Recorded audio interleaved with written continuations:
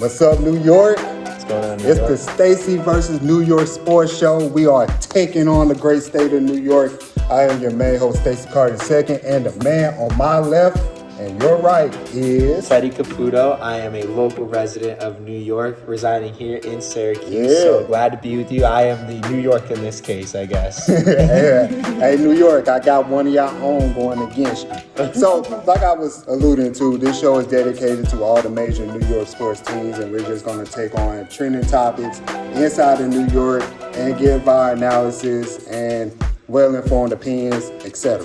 So, let's start with round one. Let's kick it off. We got to take on the New York Knicks since the NBA season is right around the corner. The Knicks are coming in, Teddy, with high expectations. Oh, yeah. After getting Karl-Anthony Towns in a trade from the Minnesota Timberwolves, acquiring Mikal Bridges earlier on this summer.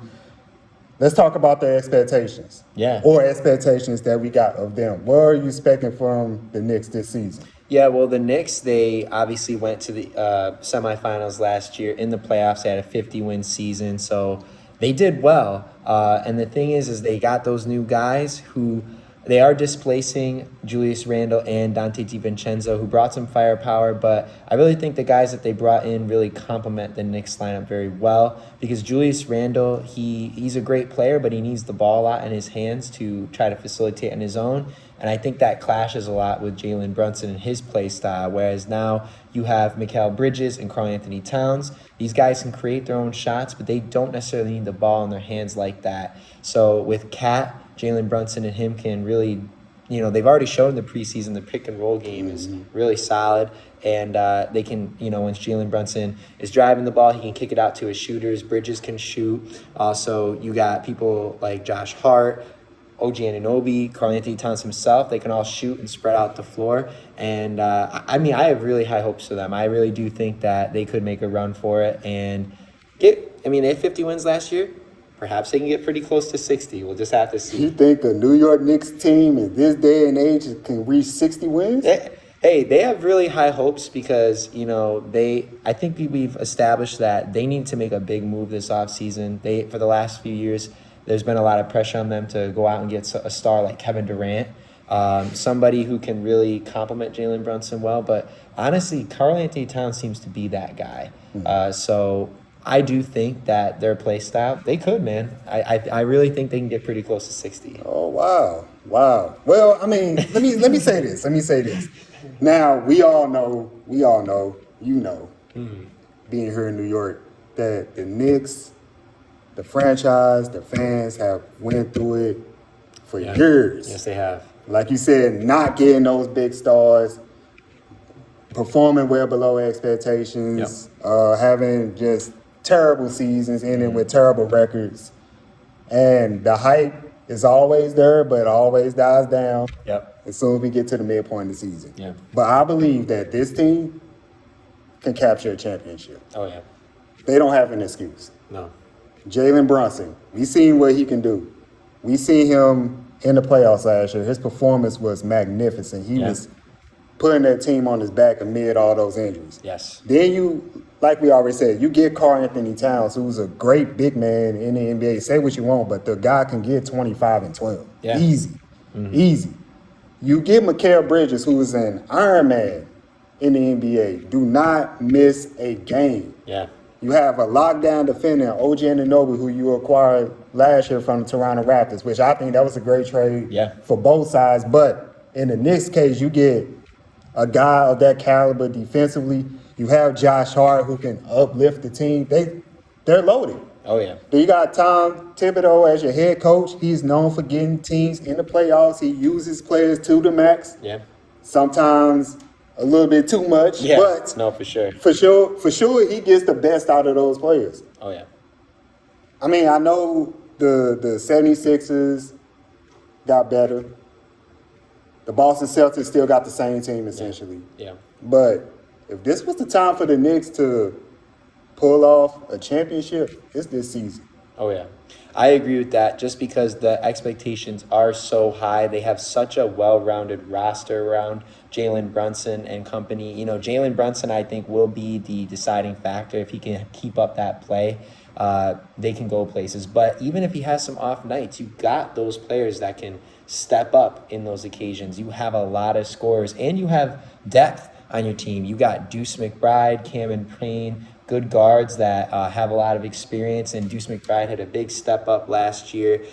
You also have Precious Achua, who's a really he's really coming off the bench and developing his game. And watch out for him. You know, he's a low key a threat on the bench. So they have some nice depth there too. Also impressive performance in some games by T.J. Warren.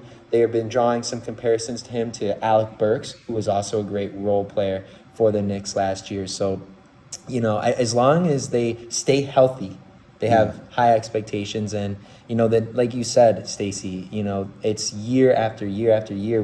The Knicks just haven't gotten those big stars. When they went and got Jalen Brunson, people are like, wait, that's not the big star we want. Yeah. And then he turned into the big star. Yeah, he did. And now it's like, okay, we have this big star. Let's get some talent around him. And that's exactly what they did this offseason with Mikal Bridges and Karl-Anthony Towns. So now's the time. Yeah, now's the time. Yeah, and I was on that train too. I was like, Jalen Brunson, that's your big move right there. Yeah. I wasn't knocking Jalen Brunson, but I was like, he's not going to win you a championship. Yeah. He just averaged just 16 points when he was with the Mavericks. But he turned into one hell of a player. And speaking of Jalen Brunson, let's go ahead and talk about him. I have him in my top 5 as far as MVP candidates this year. I think, well, from what I've seen last year, the leadership, I'm looking for him to score around the same, well above 20 points. Oh, yeah. I'm looking for almost like at least 8 assists a game this year because you have Karl-Anthony Towns. That's an easy 4 or 5 right there by themselves. I think he's going to be in the race for MVP, and I think he should be a serious candidate this year versus being a dark horse last year.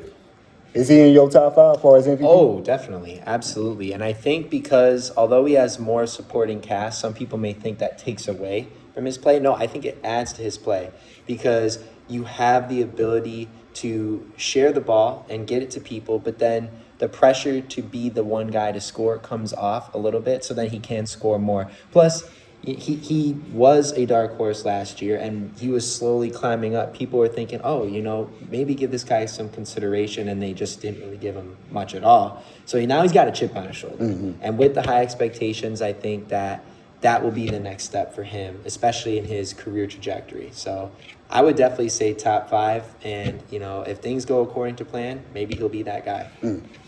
Let's talk about Cat right now. Like we already said, Cat is a great player. Yeah. But now he's in that New York market.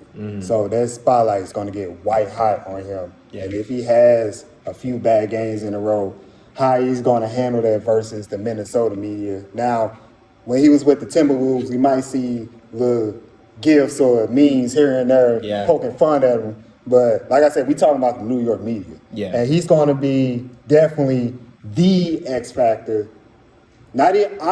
I'm trusting Jalen Brunson. Yeah. Cat, when it comes to those big moments, still a little bit of question mark for me. And does he have the ability? Absolutely. But I'm worried about his mentality in New York. Are you thinking the same, or do you think Cat now can handle that? Well, I think last year is a big step for him, especially with the success the Timberwolves had. That's the farthest they've ever gone in his career in terms of playoffs. So even though there might be some concern about immaturity, now you're in that big-time market. You're in New York, and those fans can be rough. At the same time, you do have an experienced coach like Tom Thibodeau who should probably, I think he will be able to, you know, impart some of that wisdom onto Cat and just say, hey, listen, we got big expectations. Like, we got to keep ourselves composed. But also we have a mission. So with the expectations just growing higher, even for Cat, because he was a part of a lot of mediocre Minnesota Timberwolves teams. This is probably the best overall roster that he's been on. So, again, there's even less pressure on him to perform, even though I do think he'll have a great season. we'll have to see, though. I think that he will take that next step. He's really entering his prime at 28 years old. So with that should come a little bit more maturity. And if he, for some reason, isn't more mature this year, then yeah, you're right. There could be a lot of question marks about, was this the right thing for them to do? But the expectations are high. He seems really excited to be there. But Tom Thibodeau will be a big factor in really making him a veteran and more mature. Yeah, definitely. And speaking of Thibodeau, remember, he did coach Karl Anthony Towns with the Timberwolves. Yeah. There was a whole controversy surrounding that. Jimmy Butler was on the team, and it was a whole thing where Jimmy Butler, you know how Jimmy Butler is. We know how he is. And it wasn't meshing well with guys like Karl Anthony Towns, and Tibbs was the head coach at the time. So, like, I'm wondering how that relationship is. Like, did both sides mature? Yeah. I think Karl Anthony Towns has matured a lot. Yeah. And he has been through a lot. And I'm still going to be looking at Tibbs to see, like, if there was any rift in that relationship. Hopefully not for the Knicks' sake, but that's another dynamic that I'm going to be looking at too. Yeah, that'll be interesting. I mean, Jimmy Butler is Jimmy Butler. He's just a character in the league, and I think having those personalities together, Karl Anthony Towns and Jimmy Butler, there was a little contentious, especially because Karl Anthony Towns was a younger player, a little less mature, trying to get his bearings in the NBA. But now he's been in the NBA for years after that, and Jalen Brunson, in comparison to Jimmy Butler, is much more composed. I think with the mission that the Knicks are on this year and the composure of Jalen Brunson, I think that's going to help Karl Anthony Towns immensely. Yeah, and then another player I want to highlight on this team that I think is going to be very important, and we said his name already, OG Anunoby. Yeah.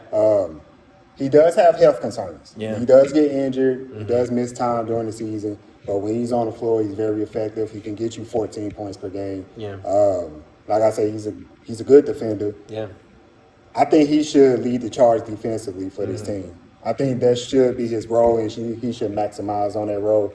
And I do like the fact they're going to have Mikal Bridges to help out. But I'm wondering about when it comes to the lineup, that clash between those two. Because both of them are kind of like the same player, essentially. I think Mikal Bridges probably shoots better, in my opinion. But they're kind of the same. So, like, I'm going to be looking not only for OG to take the reins defensively, but how is he going to mesh with Mikal Bridges when they're on the floor at the same time?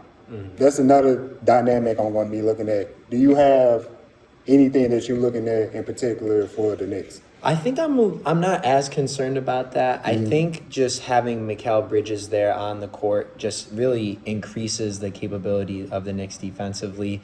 Mikal Bridges is actually listed as their shooting guard, whereas OG Anunoby's power forward. If he was playing power forward alongside OG Anunoby, then I could maybe see the clash. But, OG is going to help with the wing play, but also down low, whereas Mikal Bridges, I think, is going to help on the perimeter with some of those guards who may be hard to stop. So, I mean, I think that with your concern that you mentioned, the injury, the injuries that OG Anunoby can suffer, I know it's controversial nowadays for teams to do load managing, but, if they're concerned about it, maybe they load manage. Maybe you have someone like Mikal Bridges to kind of help take the load off a little bit. And as we mentioned before, Precious Achiuwa, I know he's not maybe the defensive prowess that Anunoby is, but he is a good player. You also have Mitchell Robinson coming back from injury too, who's not like the offensive star. He's injury prone too. He's also injury prone too. But just saying, you got some guys on the bench where, like, if you feel like that's a concern, you can always bring them on. But OG Anunoby's a great player. I think personally, I don't have too much concern about it. Rounding off the Knicks, what is their ceiling for the season? I think their ceiling is, I want to say NBA Finals. I don't know if they're going to win it exactly. But I do kind of think the top of the East, as far as teams, wherever they finish, will be better than the top of the West. Yeah. But I also want to say at the same time, Eastern Conference Finals. I think if they reach the Eastern Conference Finals this year, I know people are not going to look at that as a success, but I think that I wouldn't mind if that's their stopping point. What is the ceiling for the Knicks this year? I definitely think that they're full stop going to be in the Eastern Conference Finals. So you don't think they're going to the finals? Well, I think. Well, maybe I should rephrase that. They will definitely be in the Eastern Conference Finals. Okay. But it really just depends on how they play with the momentum going into that series. Because, I mean, you do have the Celtics who are right up there, and, they may have a fully healthy Porzingis this year who, if he develops more and more, he could be a hard player to stop. They got him back at the end of last year, and that helped them, but he wasn't healthy. And, we'll have to see, but I would say at the very least they're going to make it to the Eastern Conference Finals. The expectations are too high. That would be my thought on the matter. I'm going to make a prediction right now. I think the Eastern Conference Finals is going to be the Knicks and the Celtics. Yeah, I think so too. I am a 76ers fan, so I'm hoping that they'll get themselves in there. I really want them to push their way in there, but the Knicks have a lot of firepower. Paul George is great. We got to see how he'll play alongside Joel Embiid and Tyrese Maxey. I think that'll be a really great trifecta. But again, the Celtics, they won. They got that taste of victory in the NBA Finals to get that ring now with Jason Tatum and Jaylen Brown. They're going to be even hungrier. They're not going to want to stop, especially with the snub that Jaylen Brown received at the Olympics. Like, he's even hungrier, they're saying. So it's going to be hard to slow down the Celtics. And now you got the Knicks. So I do agree. I think that is going to be the Eastern Conference Finals matchup as well, unfortunately. But I think that's what it's going to be. All right. Round 1, KO. We just knocked out the Knicks. But let's go ahead and get into this bonus round. I got a quiz for the great Teddy Caputo about the New York Knicks. Some little history stuff. I want to see if he knows the Knicks well. I don't know. I mean, you think you're going to stump me on a few of these. Let's see. I got them written down in my phone. All right. Question number 1. Who is the Knicks' all-time leader scorer? Is it Walt Frazier, Patrick Ewing, or Carmelo Anthony? Ooh. Man, being a Syracuse person, I want to say Carmelo Anthony. I really do, but I don't think that's the right answer.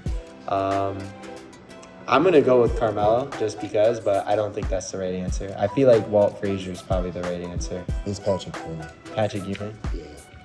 Yeah. Melo didn't play here long enough. Yeah. Patrick Ewing's been here quite some time. So. He was here almost the whole time. I know. Teddy, come on, man. I thought that would be, when I wrote that question down, I'm like, all right, you're going to get that. Yeah. Oh, well. I tried. Patrick Ewing's great, but I didn't think that. So it's Patrick Ewing. Number 2. All right. Only one Knicks player has ever won MVP of the league. Who was it? Bernard King, Patrick Ewing, or Willis Reed? Okay. I got it wrong last time. I'm going to try to get this right this time. Patrick Ewing. He has to be the one that won the MVP. But again, maybe I'm wrong. But I'm locking my answer in at Patrick Ewing. It was Willis Reed. Oh, man. 0 for 2. I'm really blowing this right now. It was Willis Reed. Ooh. Yeah, Teddy. Yeah, I'm blowing it. Yeah, it's kind of awkward. I didn't think you'd be 0 for 2. All right. I'm pretty sure you're going to get this one right. Okay. When was the last time the Knicks were in the NBA Finals? 2003, 1973, or 1999? Okay, definitely not 73. I want to say it was 99. He got one right. Yes. It was 99. There we go. It was 99. They lost against the Spurs Yeah. in that final. Tim Duncan was coming along. Oh, yeah. The last years of The David Robinson era. Yeah. So, yeah, you got one. All right, yeah. I should have had the first one. Honestly. I'm so loyal to Carmelo, but I'm mixing up. We got Syracuse in the back for Melo. Yeah, exactly. So, if I'm mixing up his time with the Knicks and with the Nuggets. So. Yeah. Well, Teddy went 1 for 3 in the quiz, but let's go ahead and get back to the second round. We got to talk about the team in Brooklyn. We got to talk about the Brooklyn Nets. Yeah. They have an interesting tale going into this season. Teddy, tell us about the Brooklyn Nets overall. expectations? What do you notice about the team? Well, so last year they were just out of the play-in. They finished 11th in the Eastern Conference, 32 wins, 50 losses, and that was with Mikal Bridges on the team. Now they don't have Mikal Bridges. They don't really have any impact players. They do have Cam Johnson. They do have Ben Simmons coming back. I don't know how we feel about that, but How much back is he going to be? yeah, no, exactly. I mean, that's the thing when he's injury prone. He's going through whatever he goes through, and he just isn't playing. And the last 9 games he's played, he's only averaged like about 19 minutes a game. He's only averaging 5.9 points a game, 6 rebounds a game, 5.1 assists a game in that time. So he's not the same player that he used to be.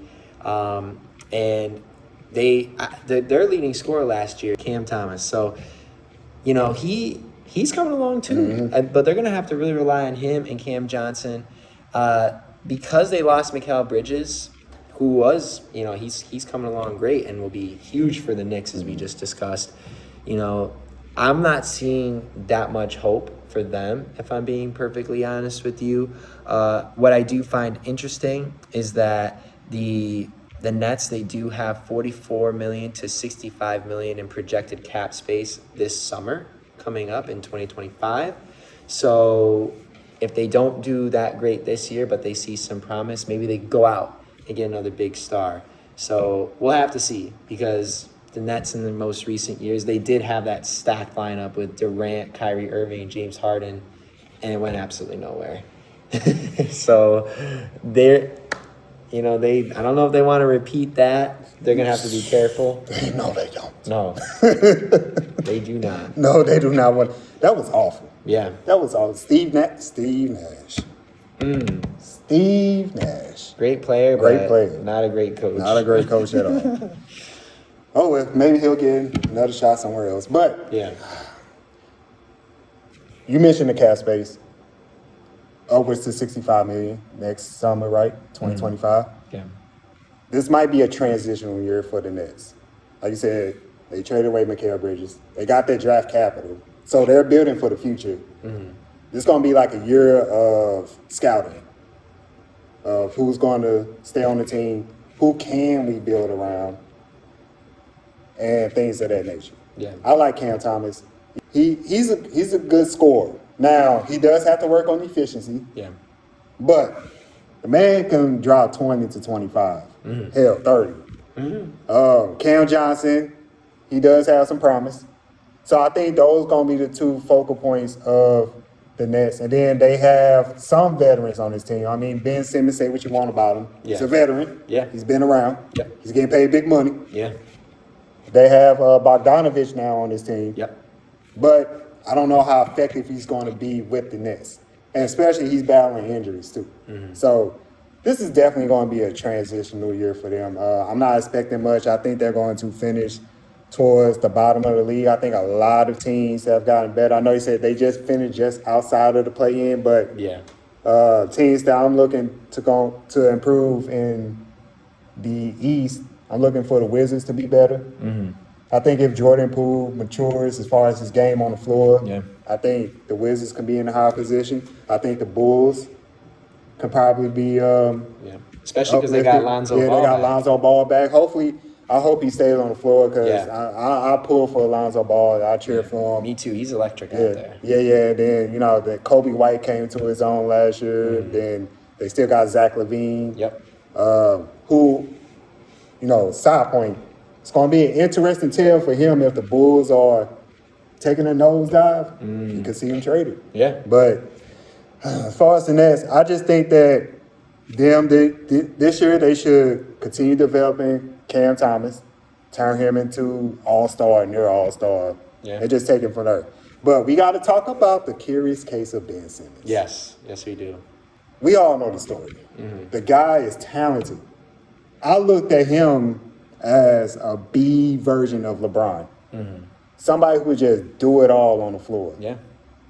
He was on some defensive teams, all NBA defensive teams, but I don't know no more. Like I seen the highlights of the preseason. He went like 5 for 7, 11 points.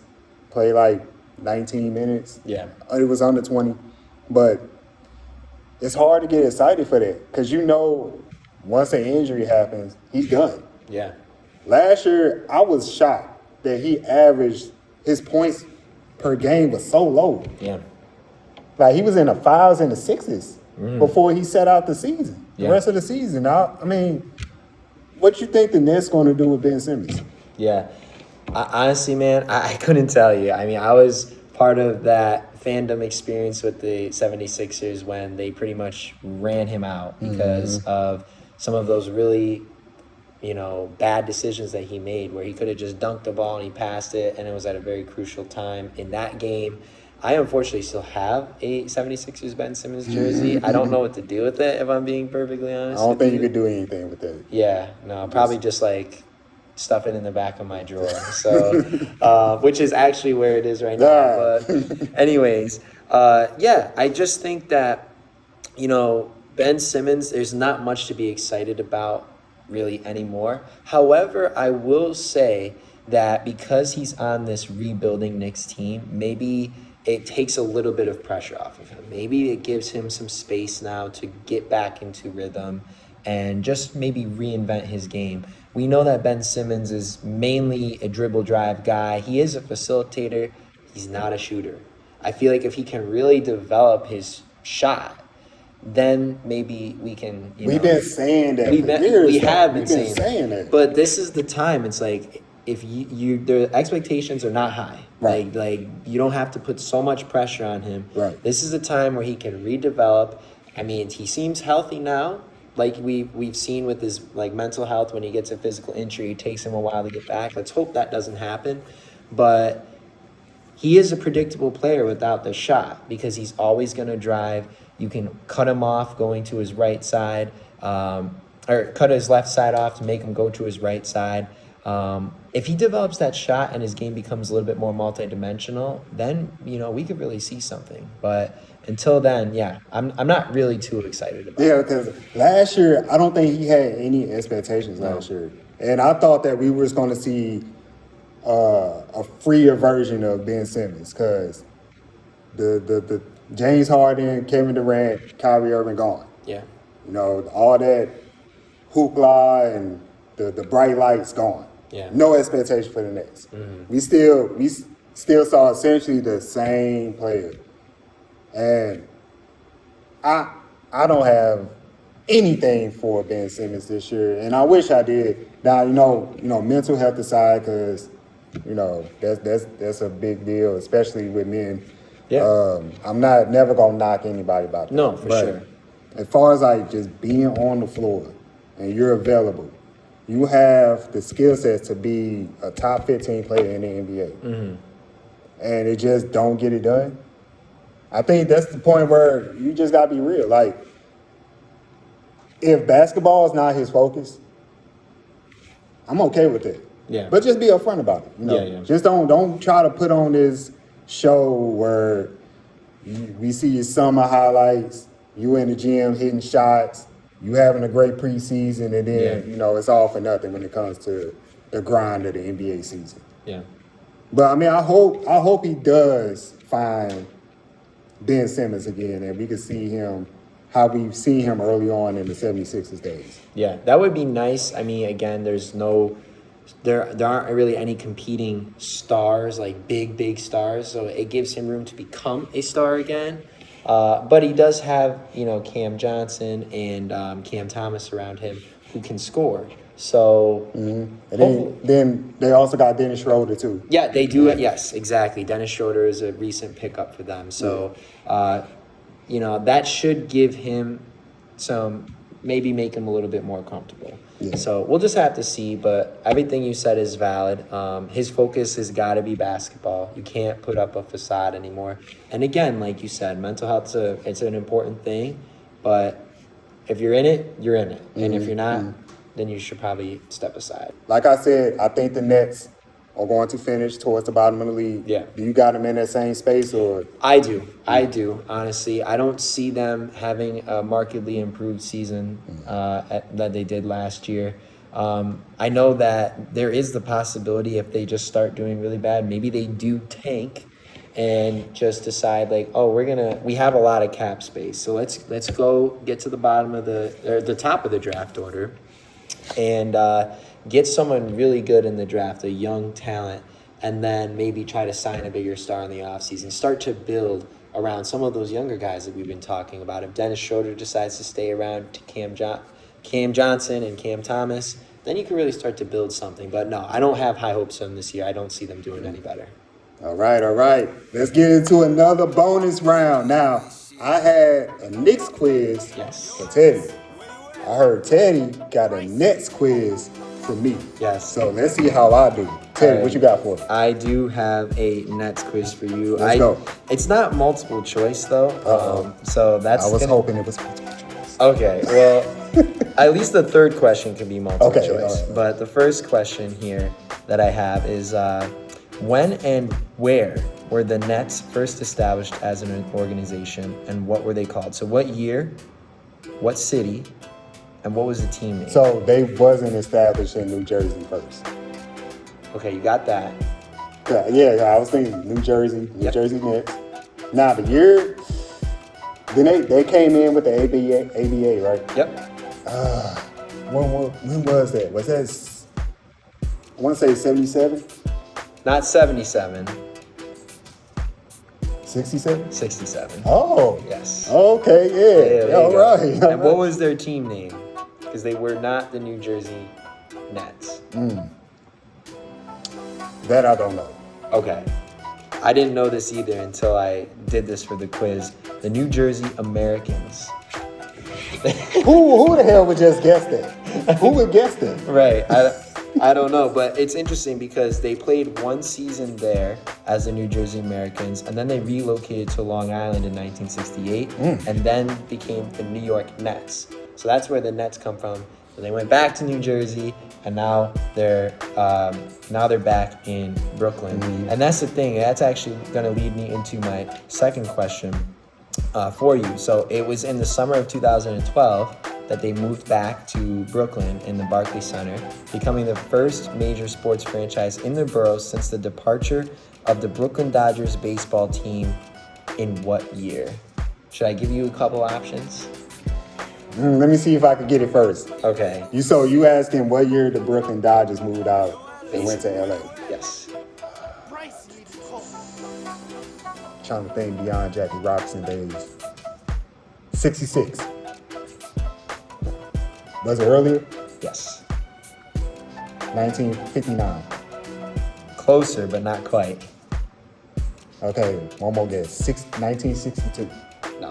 What was it? 1957. Oh! You were close, man. You know so what? I close. had 57 in my head, and I talked myself out of it. I'm like, damn. Yeah, no, it's okay, man. Yeah, But 1957. So, and then my third and final question for you. It's funny, the first question you had is very similar to my last question. Who is the all-time leading scorer in the Nets franchise history? I'll give you three choices. Was it Jason Kidd, Vince Carter, or Brooke Lopez? Look, I want to stick with Vince Carter, but if Brooke Lopez is the answer, I'm going to lose it. I'm going to say Vince Carter. Vince Carter's your answer? The answer is Brooke Lopez. Bro, I was thinking that the whole time. I was like, it's going to be Brooke. This is one of them swerves right there. Wow, he's the all-time leading scorer. He's the all-time leading scorer. Wow. And he's only 4 points ahead of Buck Williams, who's the second leading scorer. So Brooke Lopez has 10,444 points. Buck Williams has 10,440. So just such a slight margin there. And then third is Vince Carter. Vince Carter. So it's interesting though because I have the top 10 scorers in Nets franchise history, and number 7 is Julius Erving. Julius Erving had a career with the Nets before his famed days with the 76ers. Right. And he had over 7,000 points in his time there. So I just thought that was really interesting to point out. So that does it for my. Oh, actually, and one other thing is number 9 on this list for the Nets is Derek Coleman. Who is a Syracuse, University yeah. I just saw his name on the Syracuse wall at the Mello Center. Yep, exactly. Yeah. And just a few years back, his son played on the team, DeJuan Coleman. So just wanted to point that out for the Syracuse people here, especially because we got the Syracuse S's behind us. Yeah, so that bright orange S. Yes. Well, that does it for my quiz on the Nets. that was awesome. All right, now let's get into the third round.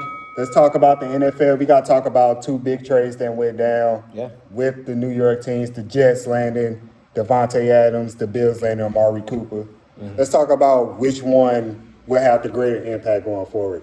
And in my opinion, I think it's going to be the Amari Cooper Bills trade. Yeah.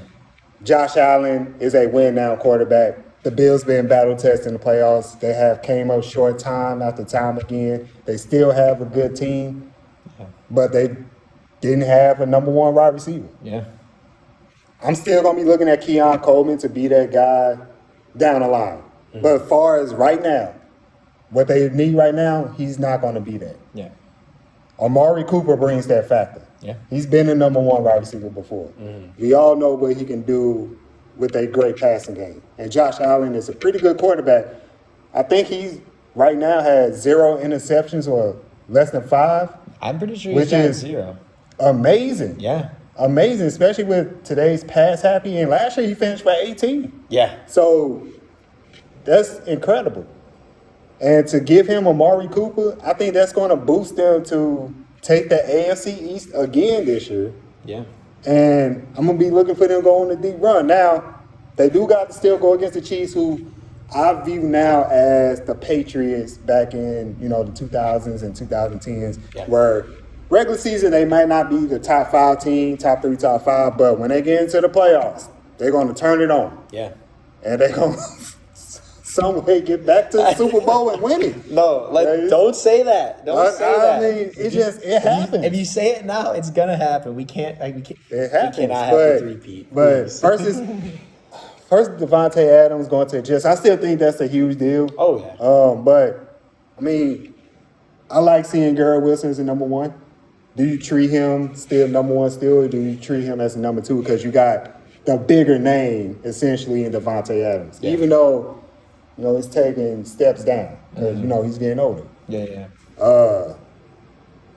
Aaron Rodgers, can he play the same? He don't have that offensive line no more. Yeah. This is not the NFC no more. Yeah. And he's going through what I knew Russell Wilson was going to go through when he went to the Broncos. The AFC is a different beast. Yeah. Tougher teams, better defenses. It's going to be hard for them. And they're, 2-4 right now? Yeah. New head coach. Still a sticky situation for me. So I'm going with Amari Cooper, Bills trade. And I agree with you. For all those reasons. Again, when they had Stephon Diggs as their number 1, that was great. But Stephon Diggs, he's a big personality, and he really demanded the ball in his hands. When he wasn't getting the ball, it kind of created some locker room issues. And I mean, that it seems like that's why they got rid of him. With Amari Cooper, he's a great receiver, but he doesn't necessarily have that same demand on him, right? He's been a number 1 wide receiver. He's also had the experience of kind of falling off of being a number 1 wide receiver, not because of skill, but because other receivers have come along and usurped him. And then going to the Browns, he did become that guy again, but I mean, let's face it, what's going on in Cleveland right now is scary. It's really a dumpster fire. Deshaun Watson's not playing like he's worth $240 million, and he won't be, in my opinion, until they get Nick Chubb back and can establish that run. Yeah. So I think Amari Cooper is just really grateful to get out of that situation and be in a much better one like Buffalo. And that's the thing is that you touched on it, 18 interceptions for Josh Allen last year. I really believe it's because they had Stephon Diggs, they had Gabe Davis. They really wanted to attack in the air. This year, they've been a lot more run heavy and relying more on the tight ends. And now you bring a true number 1 in, in Amari Cooper, and you can start utilizing that play action with some deeper passes down the field. Their number one receiver right now is Khalil Shakir. He's only averaging like 45 yards a game receiving, which, as a number one, that won't cut it. And so getting Amari Cooper, who has that experience, and you're talking about Keon Coleman being that number one someday, I think he can. It's nice to bring in somebody like Amari Cooper, who's a veteran, that can take Keon Coleman under his wing and kind of show him the ropes a little bit and learn from Amari Cooper. So overall, I think it's really good for the Bills to establish their offense going further and just to expand on the success that they're having. In terms of Davante Adams, again, I agree with you. I do think it is an immediate improvement to the Jets offense, especially because I do find it hard for teams to want to double cover both Davante Adams and Garrett Wilson. You can put them on each side, and one of them is going to get one-on-one coverage. But again, the offensive line is a big issue. They haven't established a run game like we thought they would with Breece Hall. And so, if they don't get the running game going and Aaron Rodgers is running around for his life on that Achilles, it's going to be tough, very tough, especially as we get into those colder months in the winter. Again, they do have that great connection over the years, 69 touchdowns between Aaron Rodgers and Davante Adams in the career. I think it's really interesting you bring up who is going to be that number one option there. Because Davante Adams, he has stated before that team success is not as important to him as personal success. Not that he doesn't want to win, but he definitely wants to be that guy, which is why he was so frustrated. And now he's paired up with Aaron Rodgers, who will get him the ball. I think it's going to help because when they do double Davante, Garrett will be open. But I think this is really interesting because Garrett Wilson has a lot more time left in his career than Davante.